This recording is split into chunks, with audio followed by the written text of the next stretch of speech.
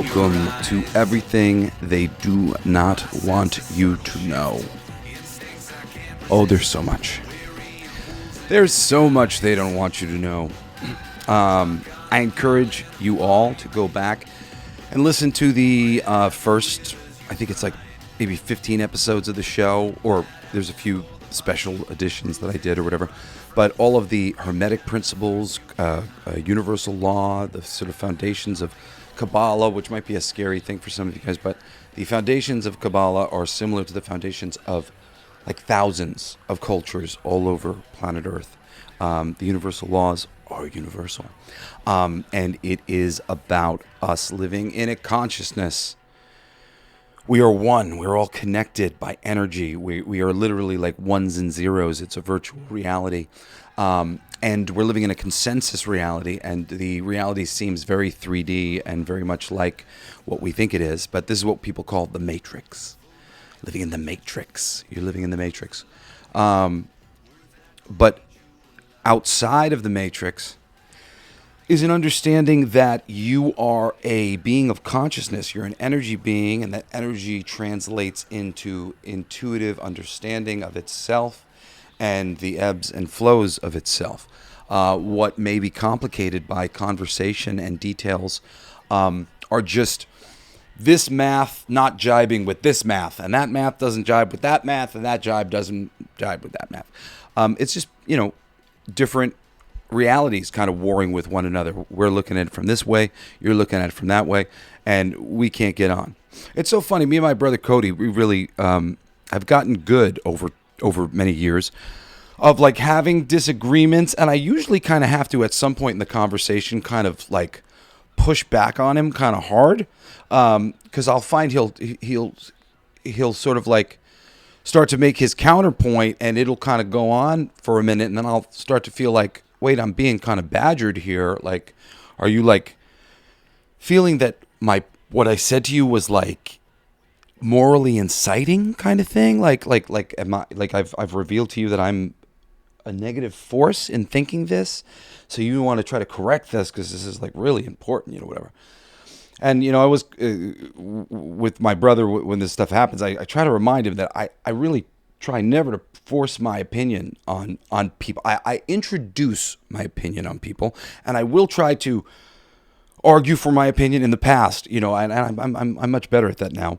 I try to just sort of present the thing, and nowadays I try to wait to be asked for my opinion as opposed to even giving it. But I have, when certain ideas are proposed, I like to show that there is another way of looking at this as well.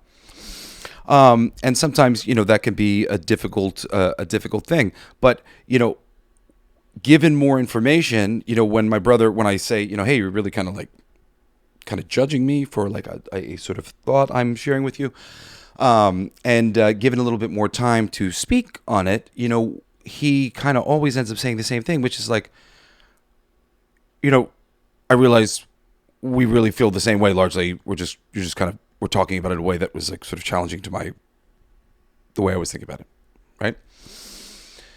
So I mean, there's a pathway to go for getting places with people, but when you're locked in a certain way of thinking, it can be very difficult to come out of it sometimes, because there'll be a certain way somebody has said something that is the thing ultimately that really kind of triggers you and makes you take a certain position.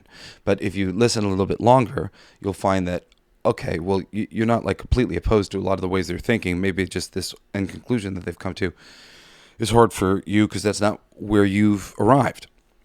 And that's okay. The listening to these early universal law episodes that I did, I also have on YouTube, if you type in my name, Jesse Blaze Snider, and 13 Universal Laws, I think we called it, you'll see me, I taught a class during COVID, and we put it online because we were, we video chat, so people didn't have to come in. So we filmed it. And afterwards, I just asked if we could release it, for free online, and everybody said, no big deal. So we did. And that's a good way to learn the Universal Laws, too. It's like 14 episodes, and it's me on camera speaking. The sound isn't great, but like It's good. Turn it up, and the information's awesome. While I was doing those classes, I listened to my show to sort of get myself back there, because at the time I was really, really, really, really focused on that subject matter, and I had a lot of really good, not explanations, but sort of visualizations for teaching the subject matter, because visualizations are kind of the most important thing when you're teaching universal law and hermetic principles and things like this. But anyway,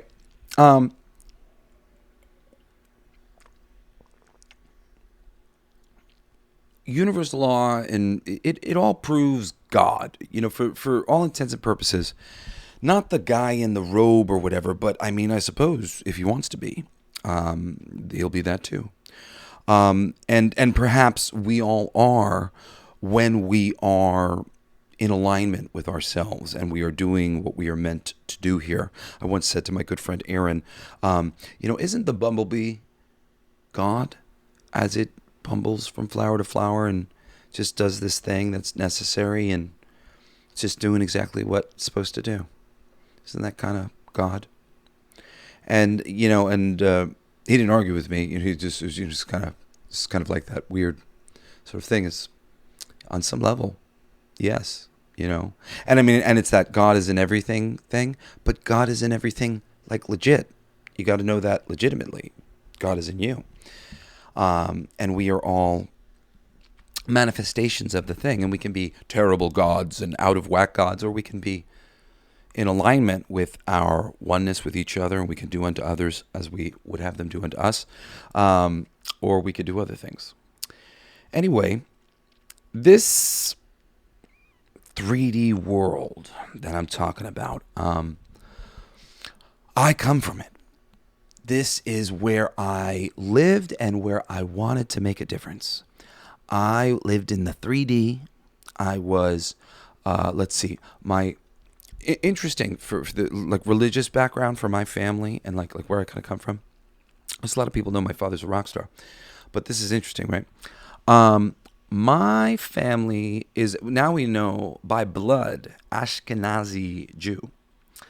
We're Transylvanian, we're Hungarian, we're a bunch of things, and Italian and Irish from my mom's side of things, or actually the Irish we think might be Scottish now.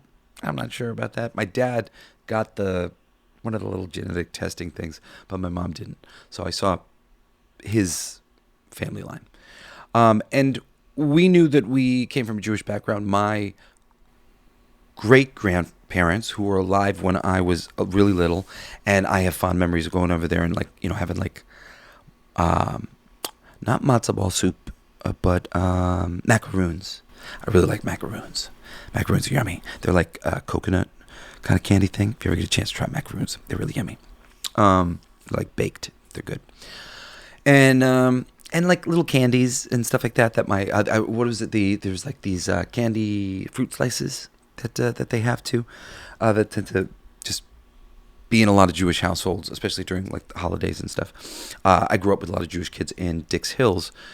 But I lived all over Long Island. But for like a good 6-year chunk, some of my best friends from that era, and I went to a lot of bar mitzvahs and knew a lot of Jewish kids. Even though I wasn't raised Jewish, because my grandfather converted to Protestant to marry my Catholic grandmother, Nanny, who passed away, and so she was Catholic. They both became Protestant, and they raised the Snider family Protestant. But from my understanding, the Protestant that was raised in the Snider household was probably loosey-goosey and kind of like some sort of hybrid between this Catholic household and this Jewish household. So, we're an interesting, kind of mix of people. And then my mom was raised kind of like a loosely kind of spiritual Catholic, like an intuitive kind of witchy family who believe a lot of weird things, but like they couldn't explain any of it, and came up against the kind of more logical D. Snider. And then I was raised Protestant, but like I would tell you, my dad was way more closer to like an atheist. I mean, because I was a hard atheist and a hard skeptic. I just did not want to have fucking conversations about nonsense. I looked around at the world and I was like, fucking A, man. Someone is fucking up somewhere, and I'm going to get in this place and I'm going to do better because this sucks.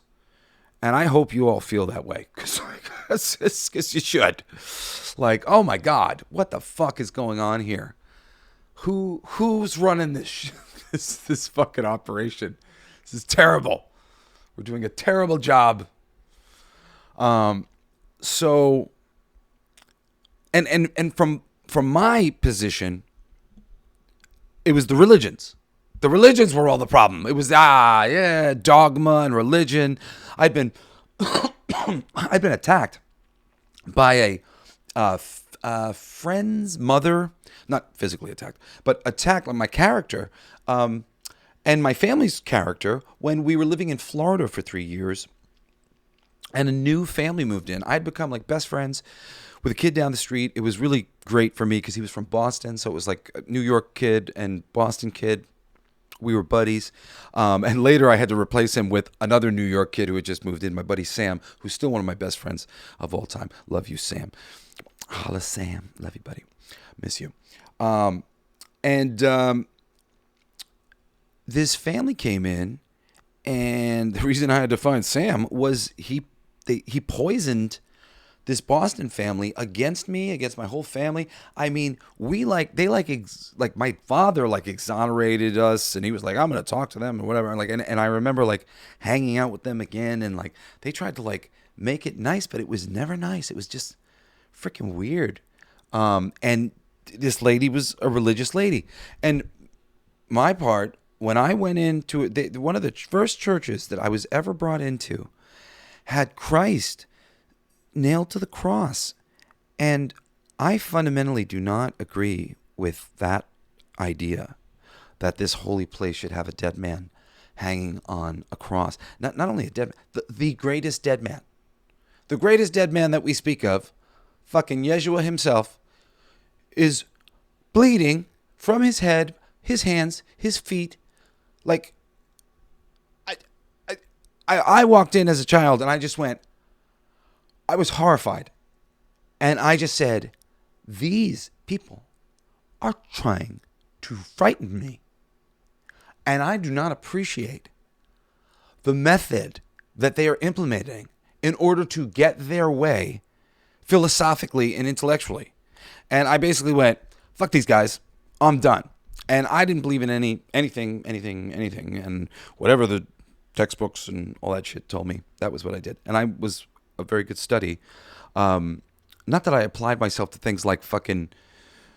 I didn't think there was anything really to be discovered, so I didn't really apply myself to a lot of science stuff, even though conceptually I understood everything that I needed to, and nowadays I understand a lot more. But at the time, I was kind of like, science? I don't need that. But now I've had to go back and become a little bit of a scientist in my spare time, so that I can understand so many of the things that we've talked about on the show, and we'll eventually talk about on the show, because you do have to understand a lot of science, especially to see where we've gone wrong, and especially to be able to explain to people where we've gone wrong and be able to talk about these things in a meaningful way. And I do believe that is why I took this path of being an atheist and being a skeptic. In school, growing up, being D's son and all this stuff, I was told I was going to hell because I was an atheist. I was told I was going to hell. I fucking hated that. Really, nothing has upset me more in my fucking life, let me tell you, than a person telling you that you are going to suffer for all eternity because of who you are and who you choose to be, when it is not hurting them and infringing upon them in any fucking way. Just so you know, that's bullshit. That's fucking bullshit. Hell, like all things. I'll do an episode on fucking hell sometime. But hell is a concept, like fear. Concepts. We are consciousness. We are concepts. The ground and the ceiling and the oxygen and breathing and lungs and hearts and arms and, it could be simpler. It could be more complex. It could be different. It could be based on different geometry. You can count different. There are so many ways to think differently. Terrence Howard is going around right now. I still haven't fully wrapped my mind around the concept that he's introduced, just because it doesn't matter that much to me in terms of like what I'm focused upon and what I'm working on.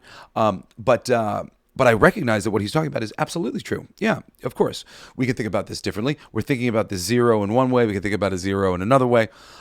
Yeah, there is a lot of different, and I have questioned some of those things in mathematics as I've learned them over time of like, why do we do that? And why do we think of it? Okay. Because when you get into some of these bits of, finding numbers and, calculus and whatever else,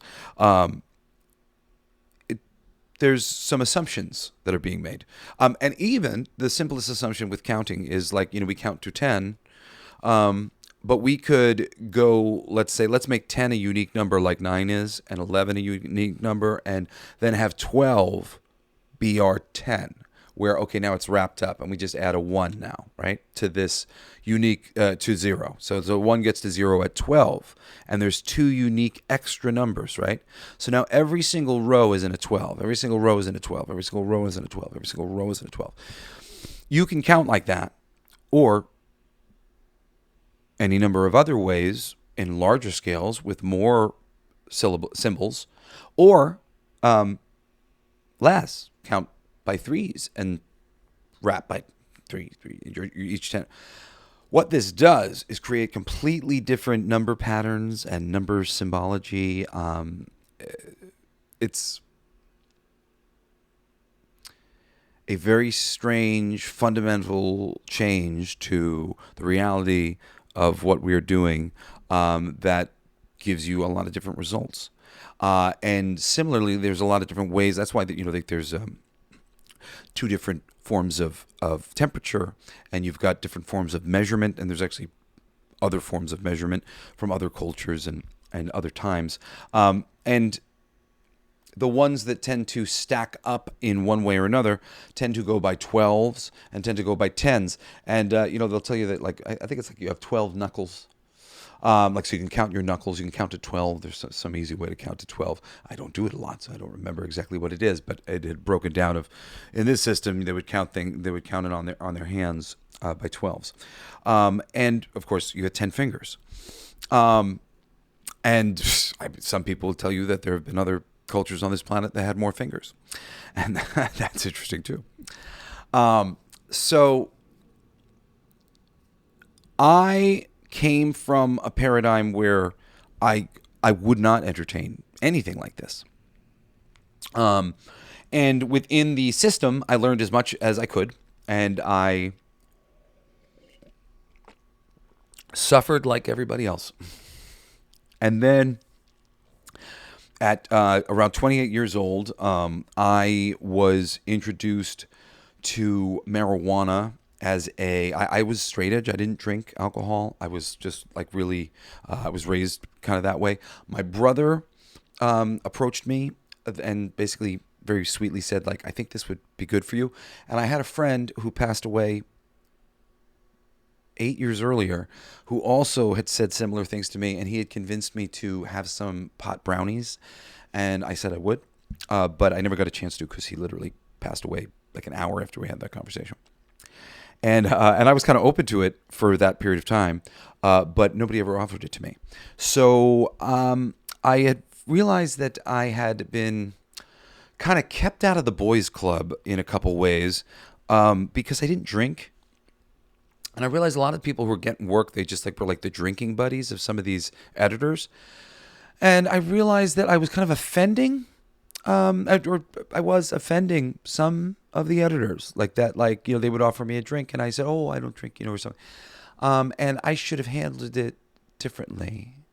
I think I probably I could probably said, oh, could I just get like a Coke or something like that? Probably would have made them happy or something. It's like when somebody offers you something and you say no. And I was just like, I just would go out and I wouldn't really drink anything. I tended to drink when I ate. But it was stifling. And I felt like it was really hurting me in the comic book field because I got a lot of work. Worked in every company that I went to, I would get work.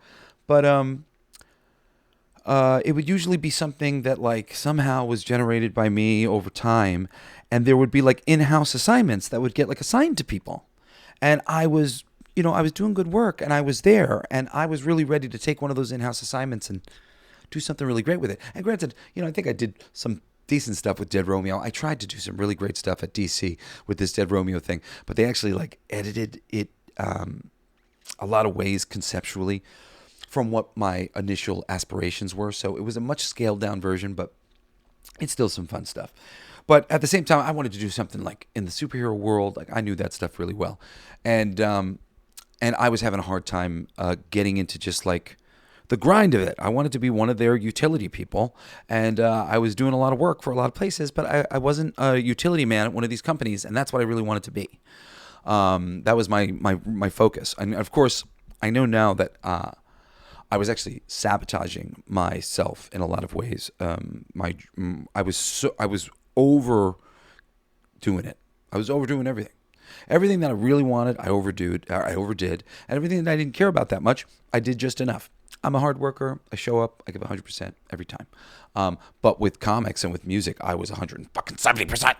I'm gonna do it. And that was a problem. And comics, I've had more success than I feel for myself I had in music. Because music, I was really fucking trying to prove myself to such a degree that it was overdoing everything. And there was a similar thing going on in comics, but maybe a little bit less. Especially because, I don't know if that's necessarily true, but I do a lot of things, so I'm just kind of like trapezing between one job and another, and I guess I guess maybe that, especially because it's a little bit more of a solo job. I'm doing it at home. I go to conventions and I'm connecting with people and trying to get work.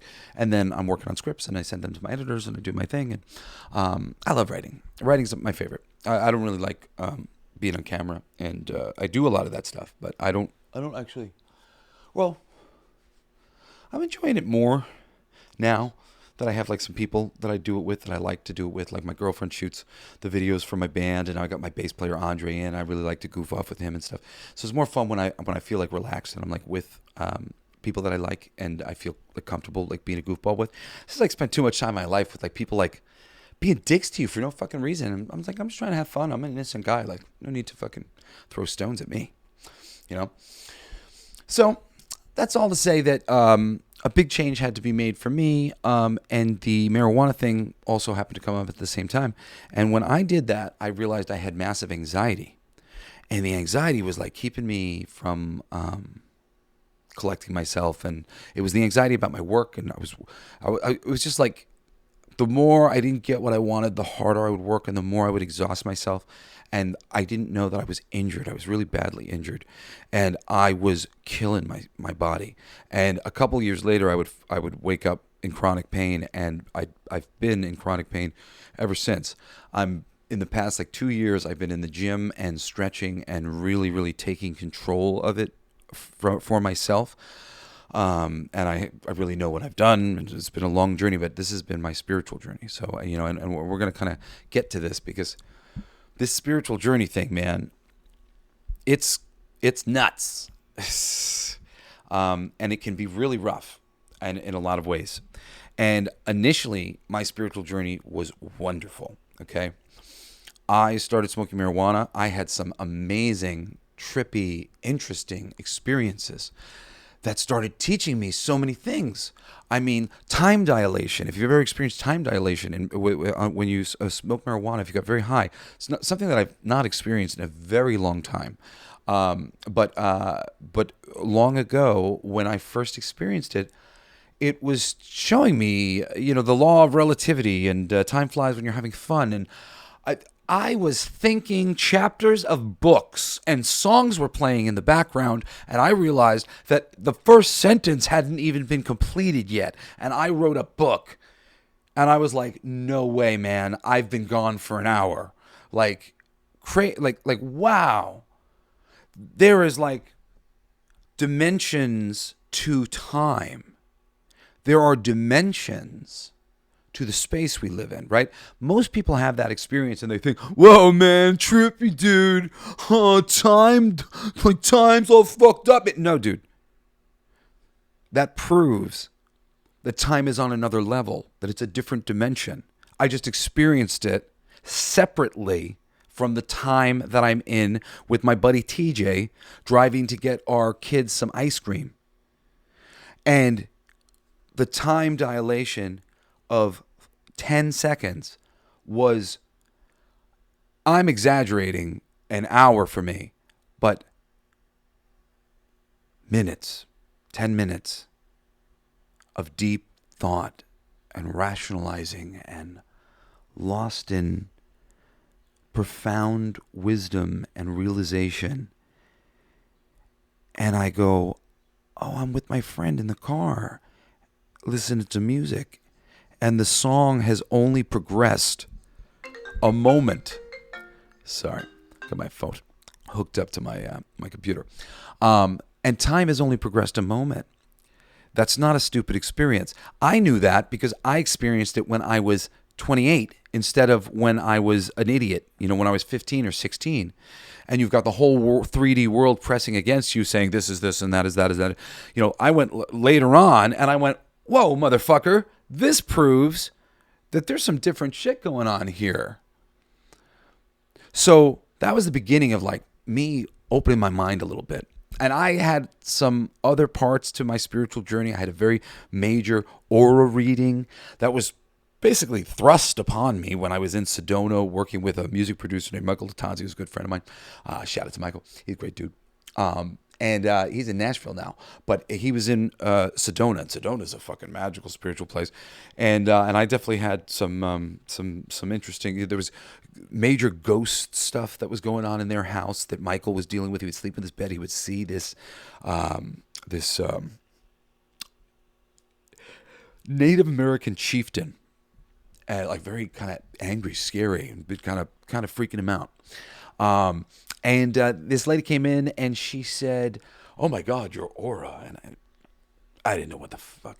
I'm like, actually, that's not true. I probably knew what an aura was, but I probably thought it was all bullshit. And she's like, "Your aura," but I never had somebody see my aura. And she's like, "See my aura," and she's like, "Your aura. It's like my daughter has to read your aura." So they have a spiritual shop down there, and I went down later that day or something like that. And her daughter reads my aura, tells me what it looks like, colors, stuff like that, takes a picture of it, and hands me a book that she obviously didn't write within the past 5 minutes between when she told me all the stuff about my aura, described my aura, took this picture, and handed me the book. Well, the book and the aura and the picture and her reading lined up completely, as did the moment in time. I was in a terrible depression at that time. I didn't know it, and she didn't describe it that way, but that's what it was. It was after Rock the Cradle, it was after a couple things, and I was feeling really lost about what I was supposed to do. Rock the Cradle was a TV show that I had done. I ended up coming in second place, and for me, I'm a fucking perfectionist, and I kind of beat myself up about that really bad, especially because if we won, we got to play an original song, and they had learned my song, and all I wanted to do the whole show was play my music. I didn't want to fucking play cover songs. It was the one opportunity to play something that I wrote, something that meant something to me. And not getting to play that song really just crushed me. Crushed me. I'm going to cry about it right now. Okay, that's good. But no, it did. And I was in a depression from it. I didn't know where to go. I didn't know where I was in my life at the time, my career, and what I was supposed to do and what I was doing wrong. I felt like I was proving again and again that I was really good at this, that with support I could be something incredible. And I didn't feel like I was getting the support, and I didn't know what I was supposed to do. And of course, I have this metaphor. I have a tattoo on my arm of the phoenix. And I wanted my whole life to get a tattoo of a phoenix on my back. After my dad did that movie Strangeland, where he had all those tribal tattoos, I wanted to get a tribal phoenix right across my back, really big. And I never got around to doing it because I was kind of a scaredy cat because my mom put a lot of fear into me about tattoos.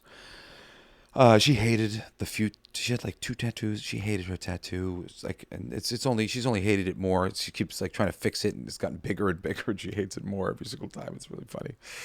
I mean, it's not funny. It's not funny for her, but it's like, oh my god, mom, like, should have quit while you were ahead. Her original tattoo was lovely.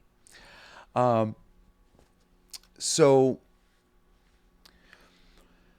marijuana helps me get a hold of myself, and I start identifying more with my real nature, and I start trying to like wrap my head around my life a little better and myself a little better and my nature.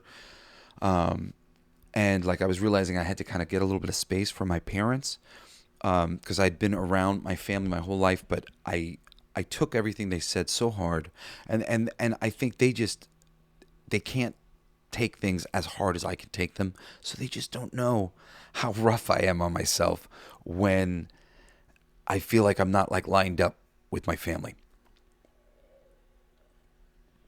And I remember I tried to communicate this to my mother, which I don't recommend because I really hurt her feelings. And I wasn't trying to hurt her feelings. I was just like my guidance as I opened up, and I'll get to that in a second, was that they literally channeled a song to me that like, you need to get away from her so that you can learn who you are and be who you are for a moment and like get your sea legs with who you are. And I went to school that was driving distance from home, so I never really got away from my family. I was always very close with them, and I still am.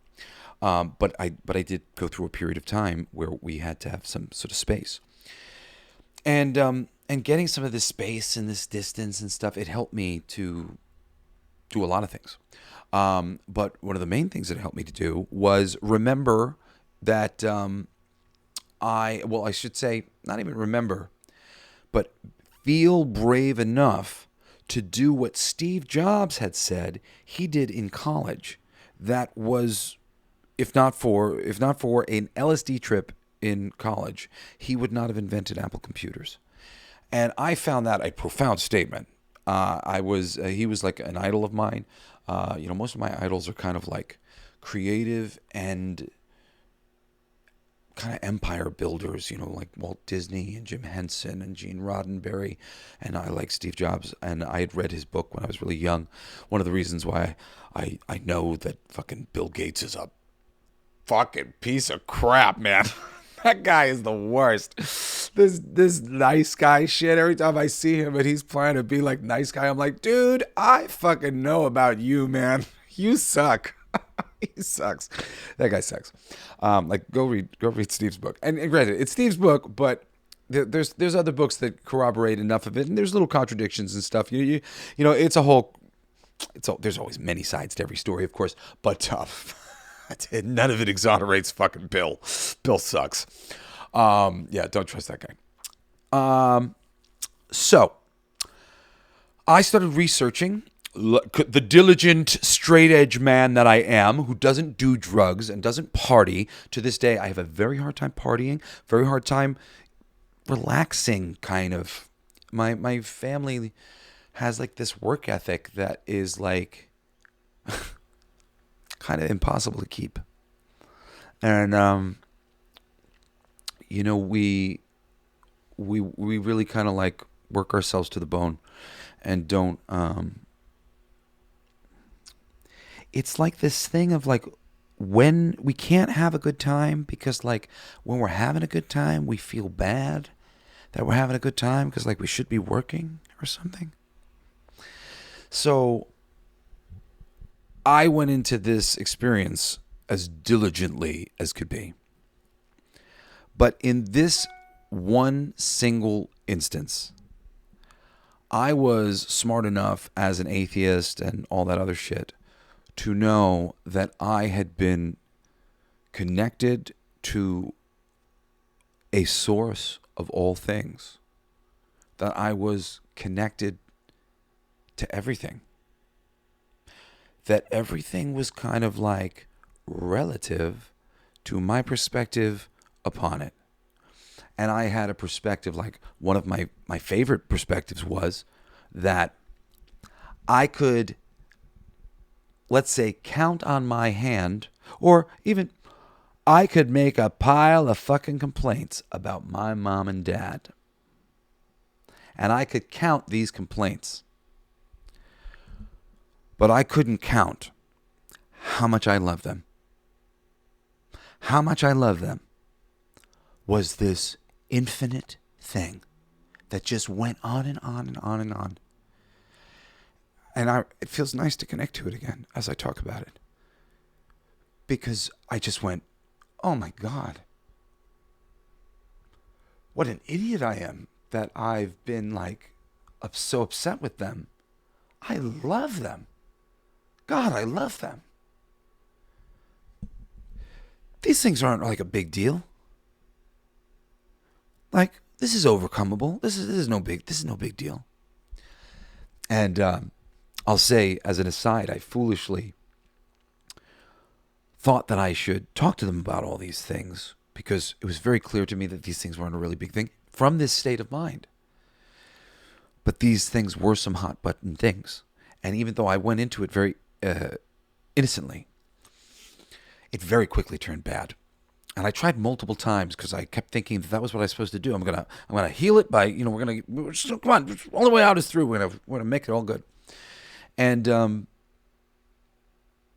that wasn't the answer. And it just made a lot of trouble for me and sort of brought out a lot of bad conversations. I don't know if the conversations needed to happen because they weren't like pretty conversations. They were like, hit a nerve, and then they hit a nerve. I hit a nerve. It was rough. It was like, and very, my brother Cody said he hated it. It was like he was being slimed, like these people with powerful energy having this roaring, fight, sort of like accusing each other of not being cool to one another in one way or another. And I mean, that's like a, real simplification of the stupid stuff that everybody gets into. But I went in to fix things, and instead I just brought wounds to the surface that weren't necessarily ready to be healed, or weren't going to be healed like that, or whatever. I was trying to control it, and that's really the point and why I kind of bring it up, because this whole spiritual journey is a bitch. And there's a lot of ways you can get here. For me, it was 29-year-old Jesse Blaze Snider doing a high dose of mushrooms, as Terrence McKenna might have recommended to you, taking a really high dose of magic mushrooms. And I expanded my mind immediately, quickly. And with it, basically came religion. Oh, I guess this is what all these people are talking about ultimately. All these people are connecting to ultimately. All these born-agains are getting to ultimately. The problem is most people tend to sort of dock their ship somewhere. And I'm going to tell you something, and it's going to sound kind of insulting, but I don't know any other way to sort of say it than this. The majority of world religions, Catholicism and stuff like that, is like like the high school of religion, okay? And you graduate high school, and you've got these things there. Then you go out into the world, and as you live in the world, you see the energies of everything, and you have to learn another religion, which becomes called street smarts. But it's not street smarts. It is the hermetic principles and universal law that is governing the Christian and whatever religion. And this is kind of the college religion. And that's the thing that I was like, I don't mean to like insult all the religions, but to a certain degree, and not to a certain degree, this is just the truth. Human consciousness was not where it is now just a little bit ago. And just a little bit ago, that was good medicine for the group. But now the group can take the stronger medicine. And the stronger medicine is a little deeper, and it's about shapes and patterns and ebbs and flows and rhythms and vibration. And when we start looking at the world from that place, we will unlock the next level of our reality. So I urge you, when you become born again, don't be locked into any one thing. Honor and learn from and acknowledge, get everything you can get out of Catholicism. There is a lot to get from it. I am not undermining its merit. I'm really saying, after you've learned that, there's some additional reading. That's what I'm saying. I'm saying there's more. And if you're coming from a Muslim background, there's more. And really, coming from any of those backgrounds, you can go into Hermetic principles and universal law and see how it all plays out. And there's actually a lot of people out there who will do various interpretations of the Bible where they'll tell you that Hermetic principles are built into the Bible, and and all this stuff is just ultimately the same thing in different ways, being spoken about, especially as you translate these things over and over again. It's very funny too. When you go backwards translating things, how do you know for sure that that's where they derived it from?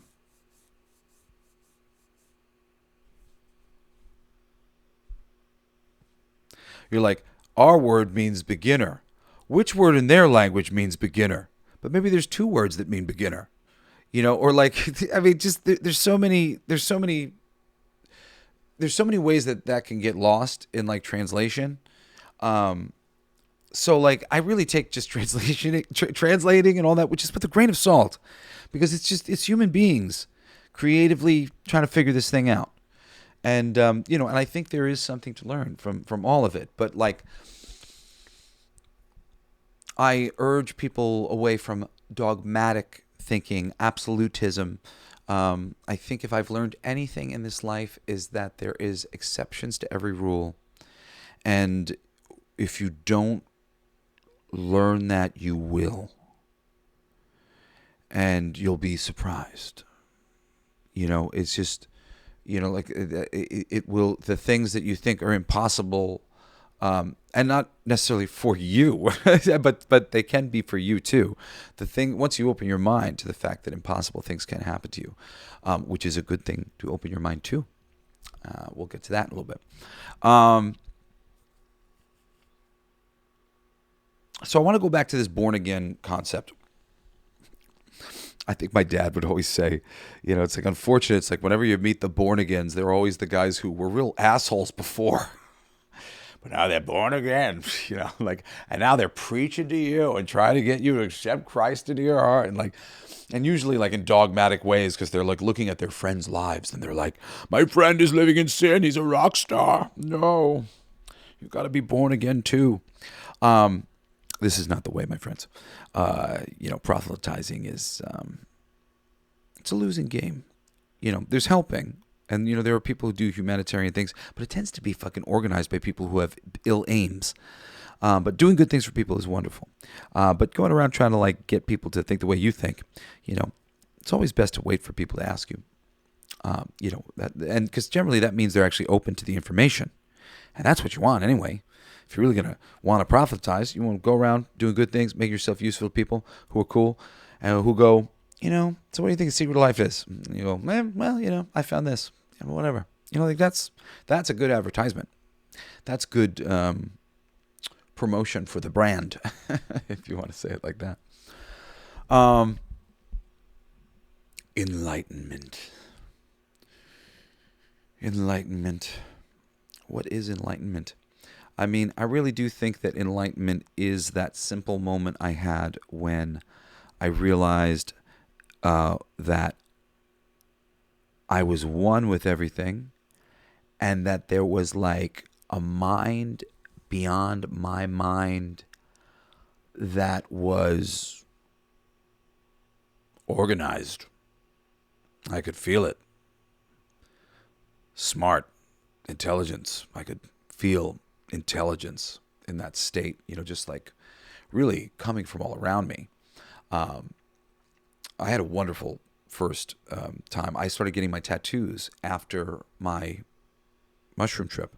I got the thank you because like my first lesson of the mushrooms was, oh my God, I have so much more love than I have frustration. Even though I was feeling at that time, I would have told you that like my fucking life is frustration. And my brother had just told me just a little bit before that, and he was right, that I was ungrateful. And I fought him at the time, but like after I did the mushrooms, I called him after that and I said, "You were right, man. I was ungrateful. I was looking at everything backwards, and I just flipped everything, and I felt amazing. I communed with nature, and I understood a lot of things about the nature of consciousness because in that moment I realized, holy shit, this is this is made of mind. This is a mind. Everything is a concept. And as soon as I started thinking from that place of a consciousness generating concepts, I was sort of able to immediately get to a lot of the Hermetic principles without even studying them. I just kind of knew. So this is just kind of math. And I really started figuring out a lot of things and figuring out a lot of things about the arbitrary judgments that I was making about the world, and I leveled myself out. I saw this board, like a mixing board in front of me, and it was all my feelings about various things, and things that scared me or things that I was confident about, and things that like all these degrees, and I just equalized myself, and just went, I'm not afraid of any of that shit anymore. Like that. I'm not letting the difference between this and this all marginal. Like I just the equalization of how many different things and how I felt about this and how I felt about that. I became open to eating new food. I became open to starting to get tattoos. I became open to fashioning myself as an artist the way I wanted to fashion myself, which I'd always been had the vestigial tale of the way my mother wanted to dress me, because her personality kind of tended to eclipse mine in that way because she was a fashion person and she had a lot of information and I trusted her opinion. So I would always give way to her opinion before mine. But for a moment, I lived a renaissance of getting tattoos, getting clothes that I liked, that I'm comfortable in. If you see me in a brown jacket in any pictures online, if you looked up my name, I'm living my best life. I was really, truly happy. And I was figuring out who I was, and I was getting a mind for what I wanted to do, and that's when I formulated my plan for my business, my publishing company, Blacklight District Studios. We make music and we make comic books, boutique comic books and boutique music. We actually have a book right now, Sugar and Bones. It is up on Kickstarter. If you go type in the name on Kickstarter, and you can sign up for notifications there, or you can go to bldsts.com, and there's a thing to put in your email so that when the book launches in 60 days or so, maybe slightly longer than that, you'll be notified. Anyway, so we make a bunch of comic books and shit, and I formulated. I was very frustrated working at Marvel. I was talking about that earlier, the DC and all these companies. I was just very frustrated with the industry. I had a major kind of door open again at DC Comics at that time. And I was because it had broken my heart. I was just sort of waiting and waiting and waiting and waiting. I had a lot of people who I was working with at DC. A lot of people. Dan DiDio was the person who connected me to the people, and I have very nice relationships with everybody there. I still like everybody over there. But it just nothing ever happened. And I would go and I would do other projects while I was waiting, but I just was so ready. And then Scott Snider, who's a really big comic book writer, talented guy, really nice guy, and he and I both are from Long Island. We had never met before, but we knew about each other because we were coming up at the same time. We're about the same age, and he did an Iron Man noir comic book around the same time that maybe my Deadpool or my Hulk came out. I'd go into the comic book shop and they'd be like, "Oh yeah, this guy Scott, he wrote Iron Man noir," and I'd go read Iron Man noir so I could see, what my fellow Long Islander was doing, and he was apparently doing the same thing.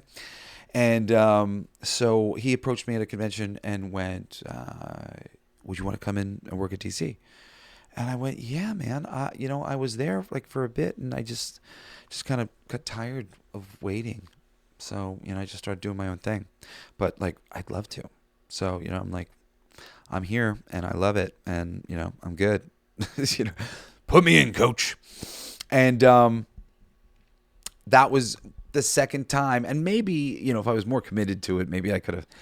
But I was kind of over it by then. But it's similar. I wrote a bunch of pitches, a bunch of things. They never went anywhere, and I went, I'm fucking done with this shit, and I started my own company.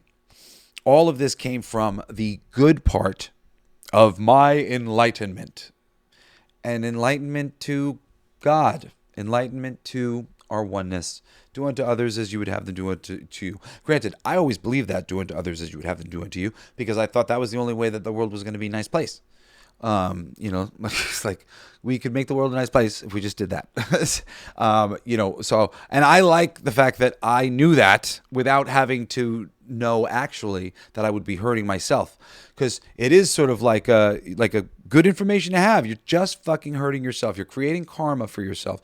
And people think about karma as this like punishment sort of thing. It's not that. The karma, and this is like a good thing to talk about when we talk about near-death experiences, because you see this play out in near-death experiences. You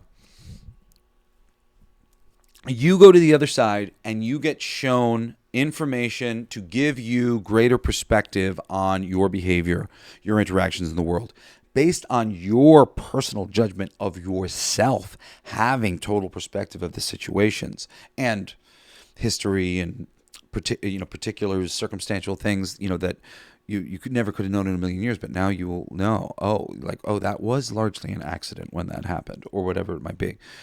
And then from that place, you basically negotiate with them, but them is also you, because you are connected to God. You're coming from this same source. You're just in a different part of your development. You're a different part of the mathematics of God.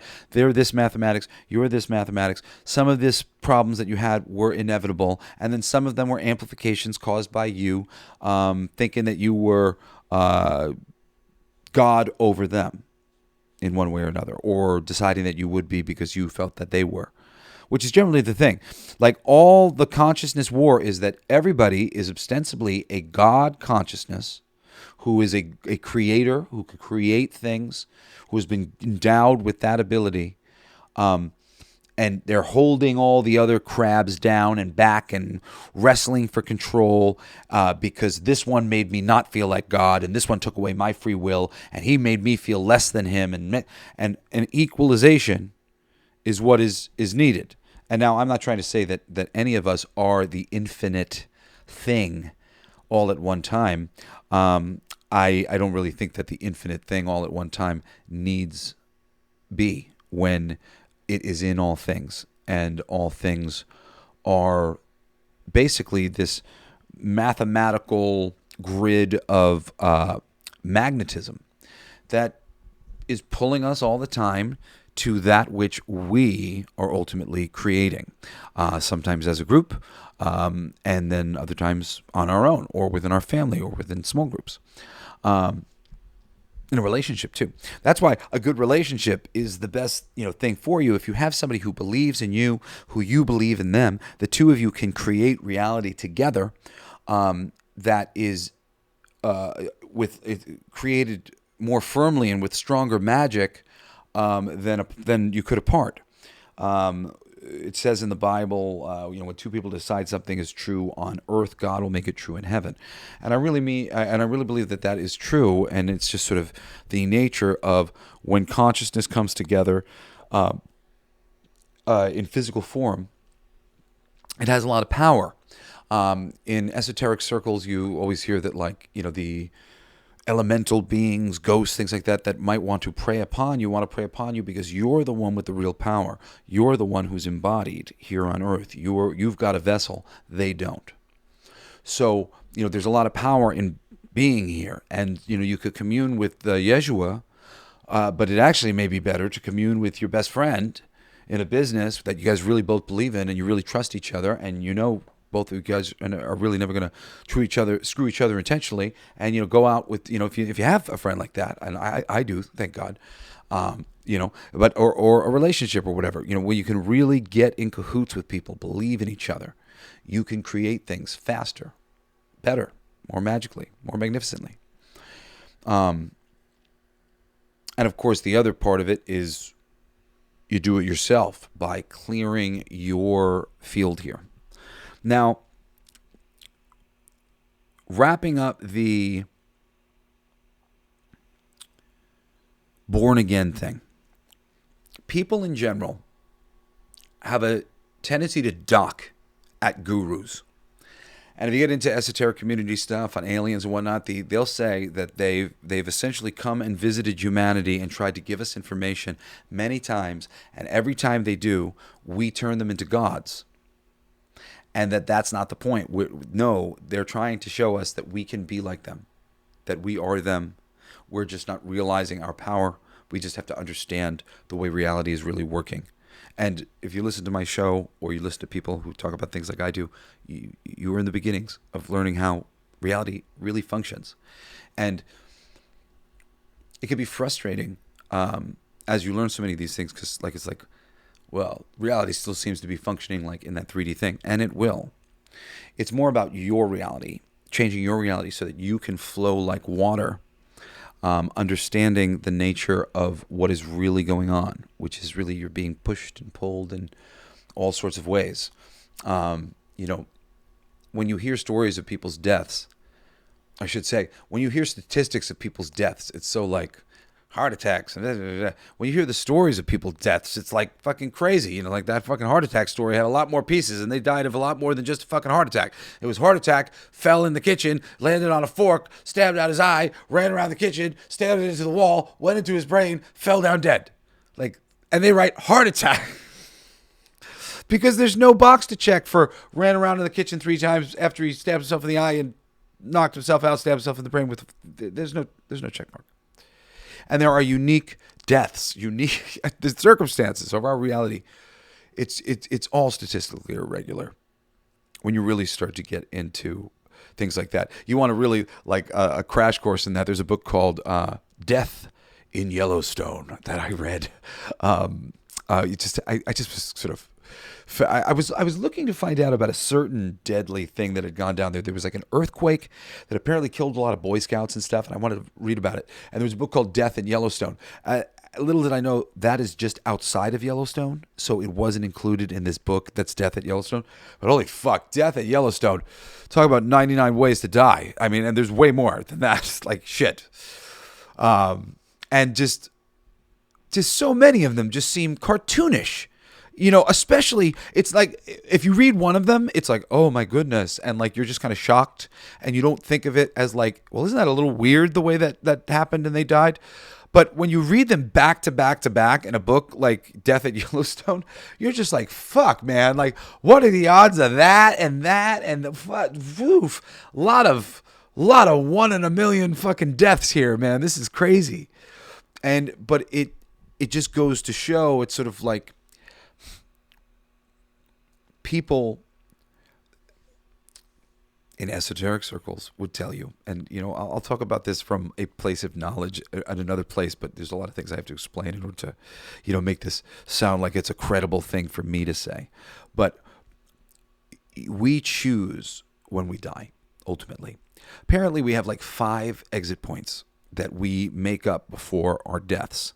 And Gary Busey had a motorcycle accident, and he claims that he was stopped in midair, and basically they told him, like, you could go now, but if you stay, your life will be harder and different from this moment on. And this is an exit point that he had. Hey, here's the door. If you want to go, you could go right now, or you could stay, and you'll go later. And these are apparently preordained. Think about it, guys. If there is an infinite consciousness and there's no time and there's no future and all the probabilities that think of the AI, and you're going, hey AI, put in probabilities. It's a probability machine, right? So we are coming out of the probability machine into this world as a probability, with all the other probabilities that this thing understood from all the calculations of how to get everything that we fucking needed. And essentially, we, our personality, what we are, is calculated into that as a part of the creation of God. Like, we are a part of the process of knowing what we want, because God knows what we want. Like, legit, not like, don't worry, God knows what you want. I'm like, oh, I don't like this. God didn't really know what. No. He really does. He's you, and you're him, and like whatever you want, he's going to try to ultimately satisfy it. Like, ultimately, why wouldn't he? Why wouldn't it? She's stupid. Why wouldn't it want to do that? Other than to occasionally have to teach you things. Now, did I hit all of the names for I forget how I described the video. I know it was Enlightenment and Near-Death Experiences, Born Again, Kundalini, and the Dark Night of the Soul. Okay, so one more thing before the Dark Night of the Soul. So there's Kundalini, and hello to everybody who's been watching, Deborah and whatnot. How you guys doing? Corey Snider, cool, love you guys. So Kundalini awakenings. I had a Kundalini awakening a little bit into getting into yoga shortly after I had this mushroom experience, and also meeting a friend of mine who later told me that he had had a Kundalini awakening before he had met me. So they say that you pick up the vibration from other people, so I probably picked it up from him. And it was a very difficult sort of experience. I had a meditation that was very powerful. It was something, another type of experience that can key up people near death, born again. You have some sort of religious experience. You witness something, and people open themselves up. We don't want to dock in any port. All the religions have merit. All of the religions deserve respect. Anything that many people have dedicated themselves to deserve respect. All people deserve respect. All of their ideas deserve respect. You don't necessarily have to interact with them or not, but respect them. As long as their ideas are not fucking with the other people and their ideas. That idea, always wrong. Fuck that idea. Never, ever, ever, ever, ever. That's it. Otherwise, all ideas are on the table. Think, enjoy, have a good time. And really this is the key. You protect the children so that they have the space to come up with their own ideas. That's the thing. They feel safe enough to try things, do things, experiment, create new worlds. Just as your parents created space for you to be able to learn how to ride a bike and have fun and go to school before you had to get out to the workforce and create the world for your own kids.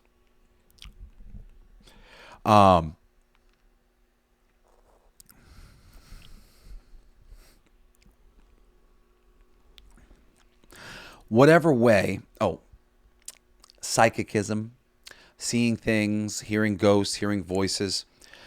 There's so many ways that people, me and my friend Michael Zinn, and you can still check out his show. He does a show called The Live Stream of Consciousness. I think it may be on the podcast playground now. I'm not sure if it is yet, but it may be coming to the podcast playground. The first, 50 shows maybe or something like that. Me and Michael did together. And Michael's kept it going since. And the show's basic idea was just sort of bringing on people who have opened up themselves to the idea that we're all, one, and we got to figure out how to live here together in peace and harmony. And really just kind of asking them to share their stories, the different stories about how they came to understand what I understood when I did the mushrooms. And for, other people, it's, Gary Busey, it might be that motorcycle accident. But there's more going on here. There are architects. We're like in a virtual machine, right? So,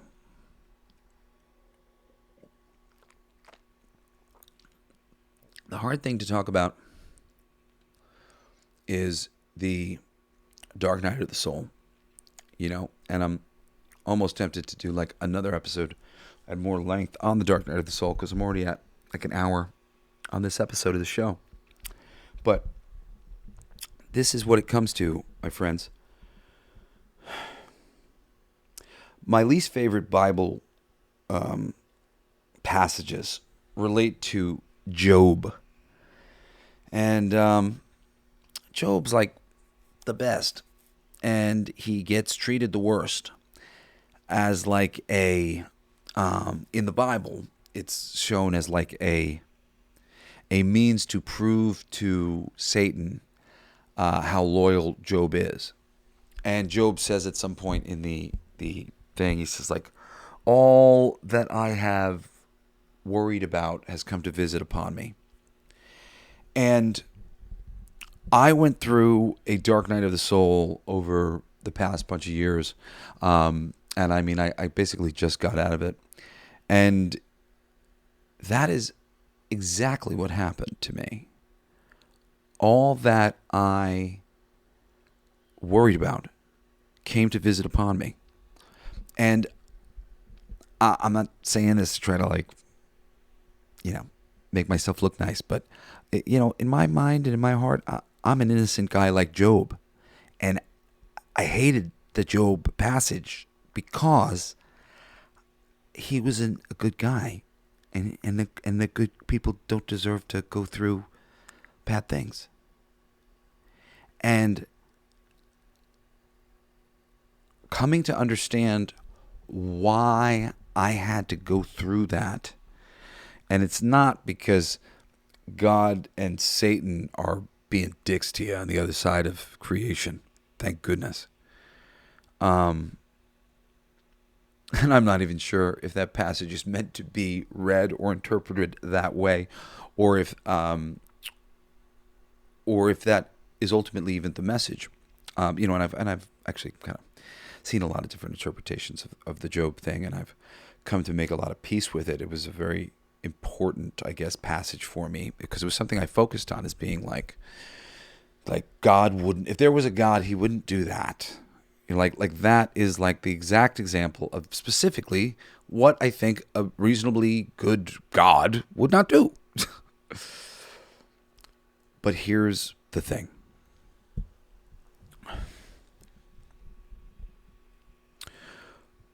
This place is a school. And the teaching is about balancing our energy, about equalizing us. We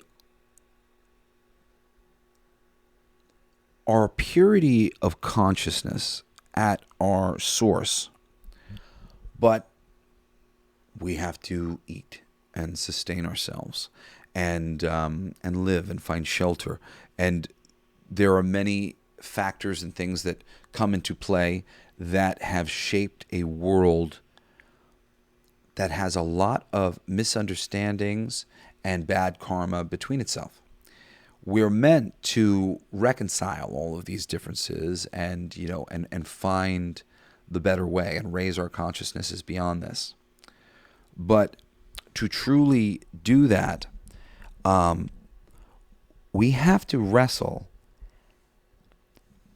every demon we have to the ground on some level.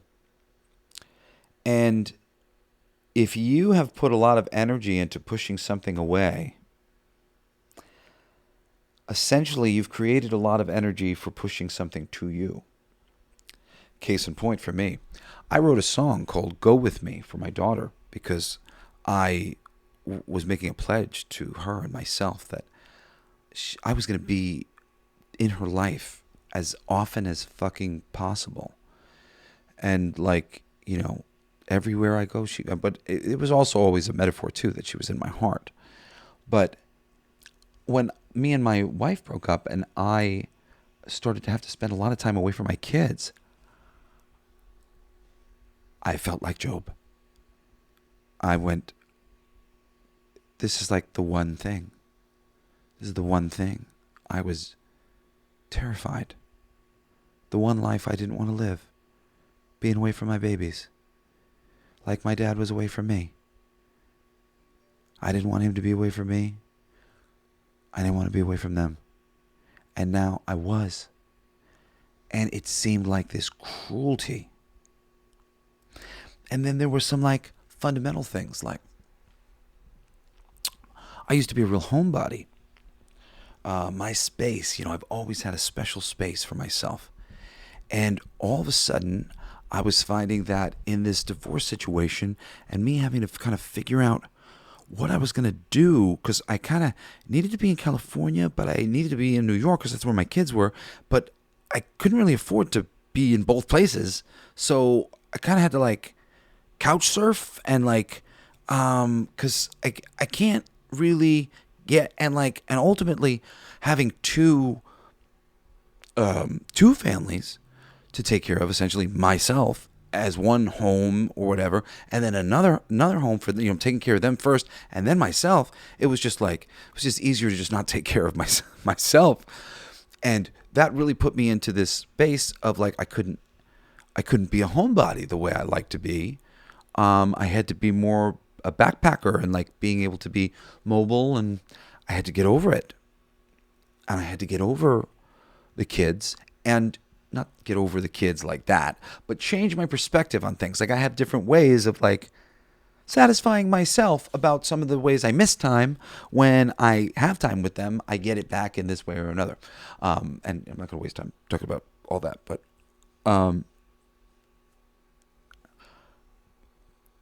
these moments were gifts. They didn't feel like gifts, but they were gifts to me to get over my fears. And like I happen to know that like my kids, because of the time that we missed, my kids and I are going to have much more time together throughout our life as adults and stuff, because they're always going to feel like we haven't had enough time together, which we often do. And I like that because I want to be able to see them a lot as they're adults too. There's parts that I've hated about like missing some of the things my kids have been young. At the same time though, I have been going through a fucking crazy dark night of the soul, and it is difficult, and it is the type of thing that a lot of people go to monasteries to do. And my energy was often a little crazier than I'd like it to be around my babies, and more irritability, really, especially because my body, I've had very bad body pain that I've been dealing with as I've been going through like major transitions in my life, and at the same time, this very major emotional shift. And I asked for this and kicked this off somewhere along the way. I'm not going to bother going into the story, but there was a moment where I basically found out that, basically the more adversity you have, the faster you grow your soul. And I asked for more adversity, and it came in a lot of ways. I had two fires after that, and I didn't remember that I had asked for more adversity, but I remembered later, and I went, holy shit, like I fucking asked for this like an idiot, but I did. And every single one of these things was real big crosses to bear. Even things in my relationship, where me and my girl almost broke up, or ultimately did break up for a moment, and kind of got back together as sort of the stars aligned in me dealing with a lot of different things all at once that were very major for me, about like being in a long distance relationship, being alone, feeling lonely, feeling like I gave up my kids and I don't have a person. There was a lot of issues for me that had nothing to do with my person. And and I sort of going through them, I was like, this relationship no longer works for me. Like I need to be nice to myself, and I'm like miserable. And fortunately my girl was willing to take me back when I kind of realized I had a lot of dysfunction in some things, and I like needing to be touched was something that was really important to me, especially when I was injured, and I kind of had to get over that. Needing to be touched, like that's okay. But my mom used to touch me. She would pet me. She would kind of pet me like a cat, and that was like how I knew I was a good boy, kind of thing. And when I became older and I would get in trouble because my little brothers or whatever, she would she touched you when she was really happy with you. So I like learned that like touch meant like I was a good boy and that I was doing a good thing. And I learned that like I was a little bit like sexually imbalanced because I was desiring to be touched so that I could feel okay with myself. And when I realized that, I went, well, that shouldn't be. It's like I should be able. I got to be able to regulate like my own myself. Here. So these were important lessons for me to go through. And thank God my lady took me back.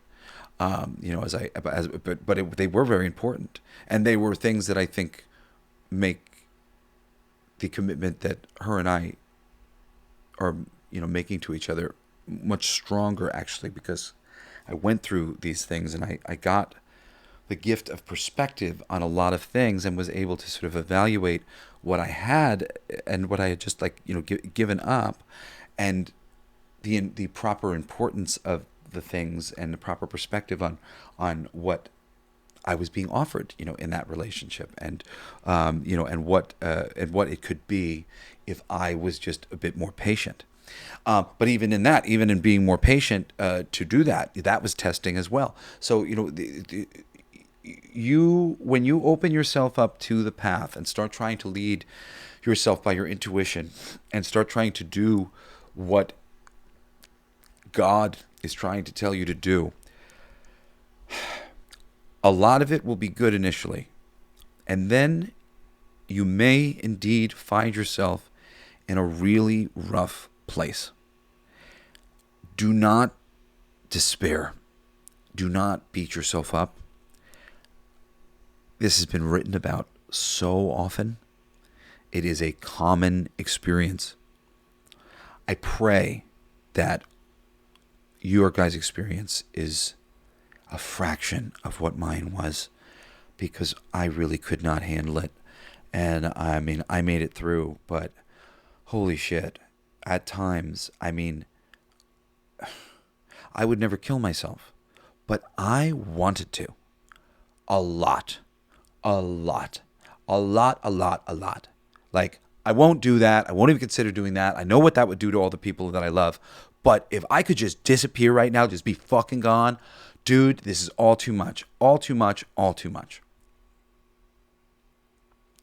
Putting away a need to have a conversation about some things with people who couldn't have that conversation, whether it was my parents or my friends or whatever, like to be able to like meet people where they are and not be upset, insecure, or anxious because we weren't necessarily on the same page about everything. Like, that was a big thing for me. Like, I really wanted to get on the same page with my dad about a lot of things, but there were some things that he was kind of closed to. He's a lot more open to a lot of these things now, as time has gone on. But at the time, he wasn't really open to a lot of them, and I was really trying to like, I want to compare notes with you, but if you keep pushing my book away, going, those notes aren't true, then we can't compare notes. So I was getting like frustrated. It was because I loved him and I wanted to work with him and I wanted to get in there. But sometimes that conversation's not ready. And you know what? The moment I actually made peace with like, oh, well, I've got the notes you need when you're ready kind of thing. Like when you turn to me and you ask me and you want my opinion and you're like, ready for a different take on this. Well, I'm here.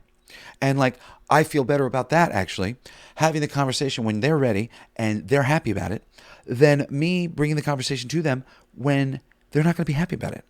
Like, I don't mind doing that on the internet. I don't mind doing that on the podcast because also, too, I know mostly everybody who's listening to the show isn't listening to the show to piss themselves off.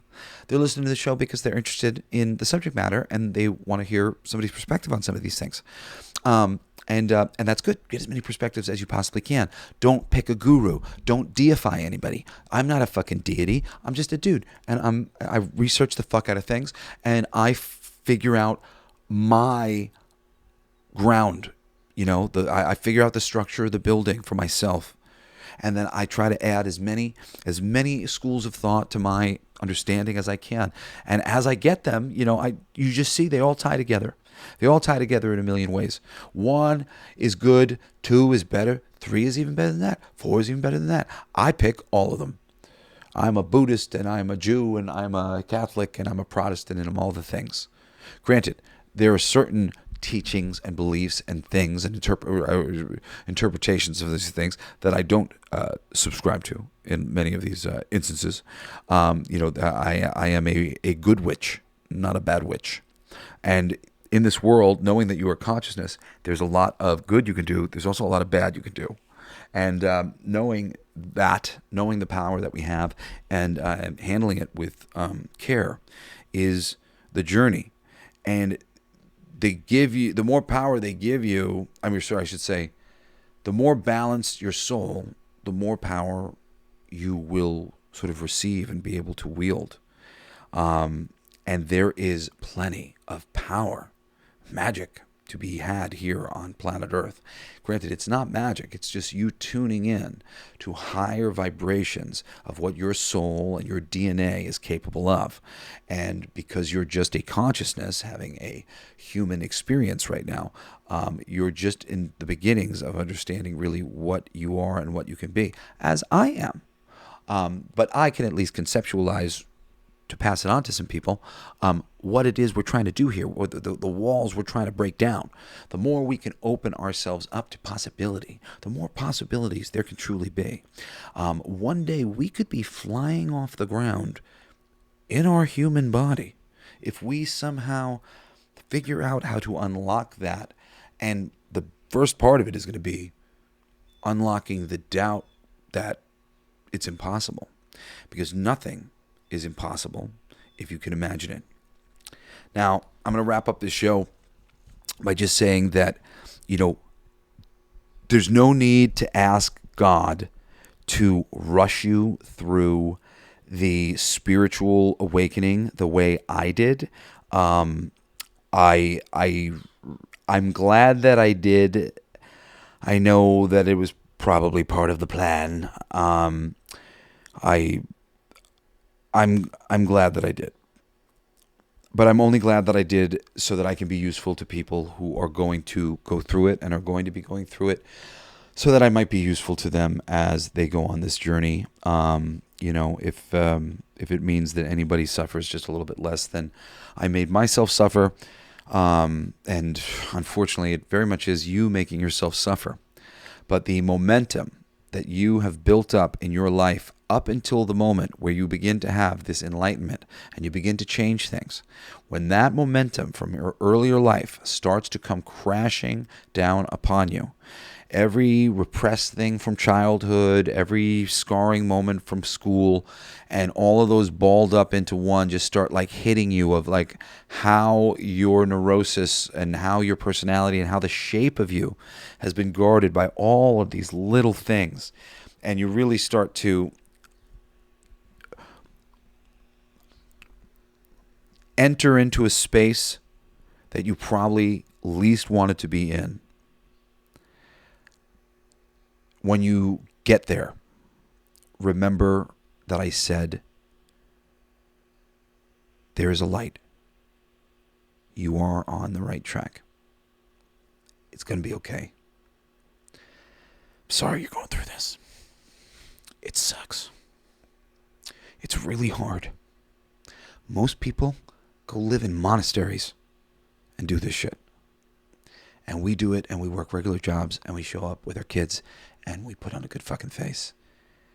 And we do what we have to do, whilst really genuinely processing emotions and energy that most people on planet Earth don't even fucking deal with.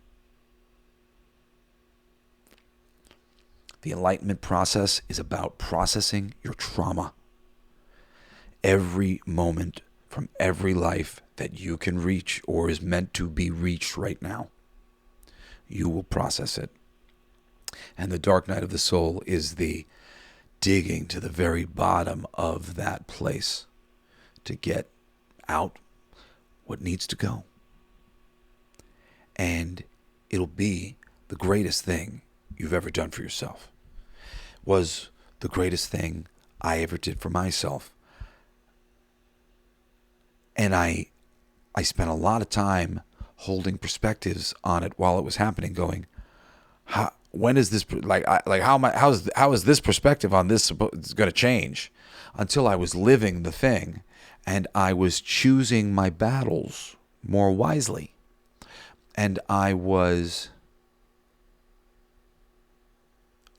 attracted to different sorts of conversations and different sorts of ways of thinking about things. And what I'm trying to say is, it's hard to see the other side of this thing, but you will get there. And you're not the only person who's ever gone through it. There will be many before you and many after you. And ooh, ow, ooh, sitting on my leg. Ow, ooh, it really hurt. Ooh, ow, ow, ooh, sorry. I'm sitting on the floor and I decided to like sit Indian style. Ooh, and I just really hurt my leg. Ooh, ow, shit. I'm sorry, guys. Just give me a minute. Not a minute. Just a moment. Ooh, that hurt. Okay. You got to process your trauma. It's going to be okay. You know, it's going to be all right.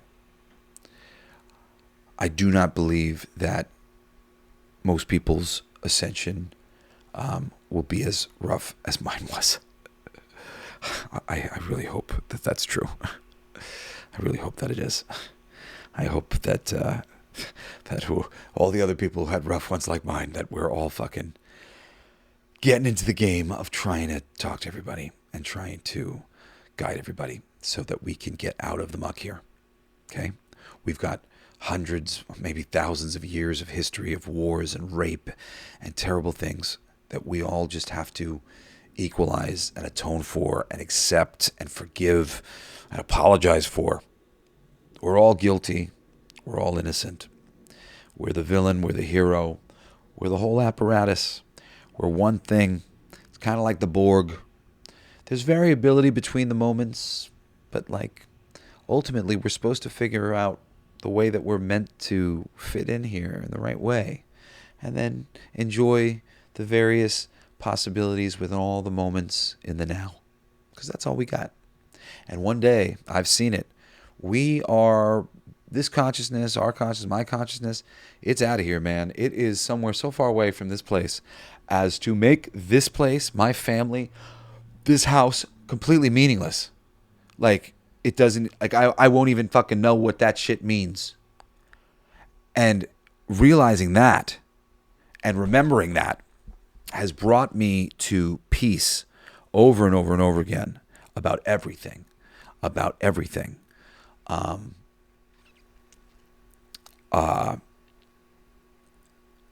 glad I'm here. I'm glad I have time with my friends, with my family, with my girl, with my kids. Thank goodness there's time.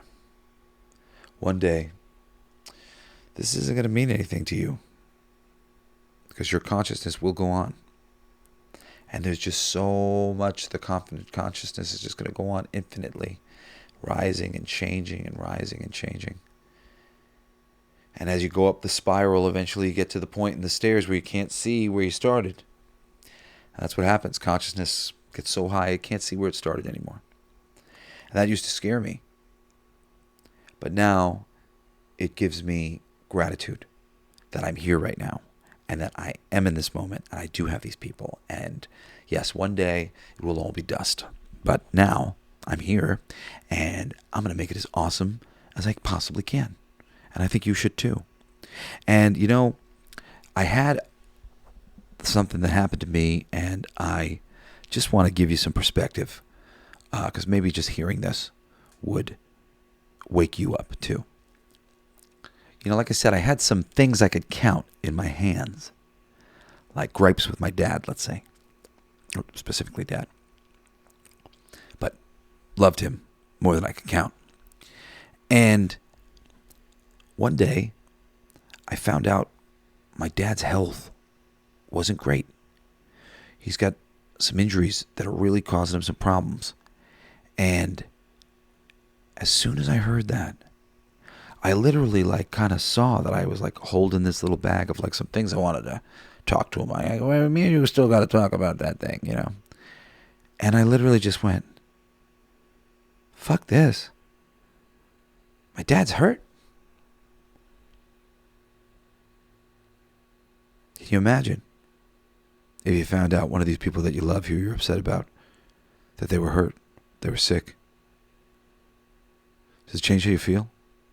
If it changes how you feel, consider giving up on the whole thing. Because that's what I did. I just went, that's not important. Little bullshit's not important. My dad's not perfect. Parents are just kids raising kids. It's the truth. My dad was just a kid. I'm his first one. You know, he apologized to me at some point very sweetly about that I was raised different than my sister Cheyenne, who was like 15 years younger than me. And very sweet, just said because I said something like he had helped. She was in a jam, and he came to pick her up, in the middle of the night, and she was on drugs and and I was straight edge till I was 28, and when I heard this story, I was like, oh my God, I would be terrified. I could never do that. And my dad heard me say that, and he took me aside and he just said, that hit me like a ton of bricks, because I was like a different parent for you than I was for her. And I just want you to know, if you need me, you can always call me. Please, you can always call me. Which is very sweet. But look, that's growth. His growth. He's growing. I'm growing. Everybody's growing. Everybody's growing. Maybe they're growing slower than you, but try to give people the space to grow. Try to connect with people in places where you connect with them. Me and my brother Shane, sometimes we would argue about certain things, maybe political stuff or whatever, and now we have such great conversations about nerdy shit. We love, last time I spoke to him, we were chatting about Marvel Snap.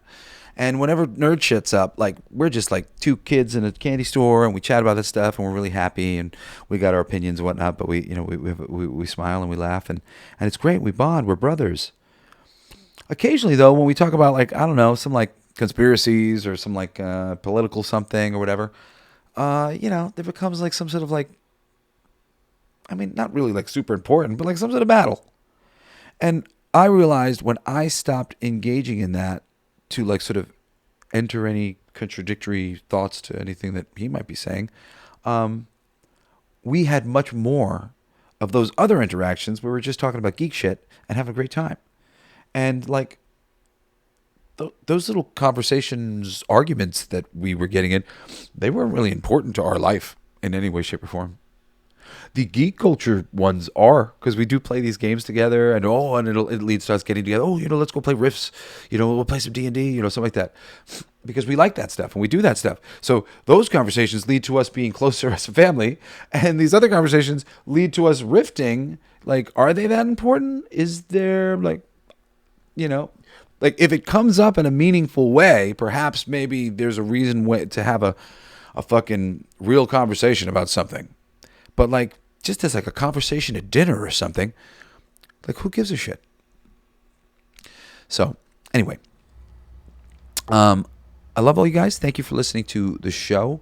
I wasn't on, I didn't release on Monday because my dad's birthday was this weekend, and I was with my family. So I just got back yesterday, and I was really jet lagged, so decided to do it today. But I hope you're also checking out my geek culture and entertainment show, Coolest Geek Alive, every Wednesday and Saturday. Saturday we do I do picks for TV shows and films that I really like. And Wednesdays are breaking down the entertainment industry in various ways, and sometimes celebrating things that have been made and things that are great. Anyway, I love you very much. Next time I should be here on Monday. And, thank you for Digger for my cool backdrop here over at Casa de Dig. Anyway, yeah, join me next time. And stay cool. Care Bear Stare. And I don't know what I'm talking about next time. But yes, come back next time on another classic episode of Everything They Don't Want You to Know. Peace later.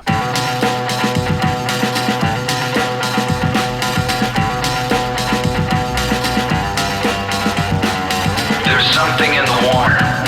There's something in the air. The proof is all around us. It's not a matter of time. Sure as the blaze in your eyes, I sense a subtle shift in state. resist, weary fools in disguise. Drunk on a gallon of wine, red as the rivers you dried. Bad apples spoil the punch.